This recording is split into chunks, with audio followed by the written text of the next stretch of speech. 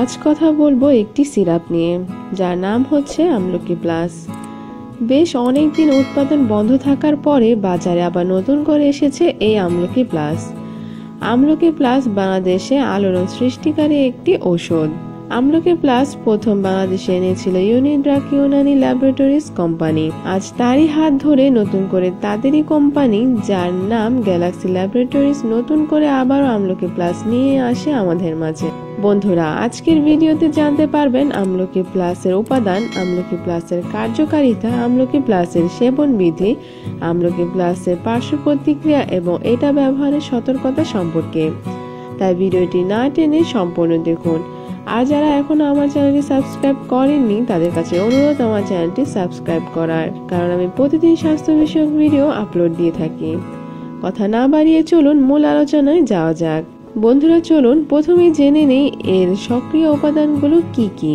আমলকি প্লাসের উপাদান হিসেবে ব্যবহার করা হয়েছে আমলা খোসক, ফিলফিল দরাজ, ফিলফিল সিয়া, খারে খোসক, কাঁকড়া শিঙ্গি, মুসলি সাফেদ, নার মোশক, কাটাই খুর্দ, আজ সোস, ওয়াজ তুর্কি, কাবাব চিনি, বর্গে সাম্বালো, বর্গে আরুসা, হিল খুদ, সাত কফি, করণ ফুল, দারচিনি, তোখমে রায়হান, জওয়াক্ষার ও অন্যান্য উপাদান বাংলাদেশ জাতীয় উন্নয়নী ফর্মুলারি অনুযায়ী প্রস্তুত করা হয়েছে। আমলকি প্লাসের জেনেরিক নাম হচ্ছে শরবতে আমলা।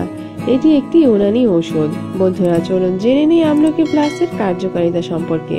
সাধারণ দুর্বলতা, স্নায়বিক দুর্বলতা, পরিপাকতন্ত্রের দুর্বলতা, অকাল বার্ধক্য, স্মরণশক্তি দুর্বলতা, ভিটামিন সি এর অভাব দূর করে, হজম শক্তি ও রুচি বৃদ্ধি পায় এবং অপুষ্টিজনিত দুর্বলতা দূর করে সুস্বাস্থ্য আনয়ন করে।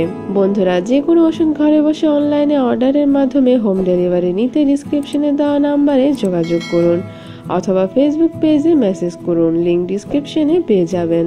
বন্ধুরা, চলুন জেনে নেই আমলকি প্লাসের সেবন বিধি বা খাওয়ার নিয়ম সম্পর্কে।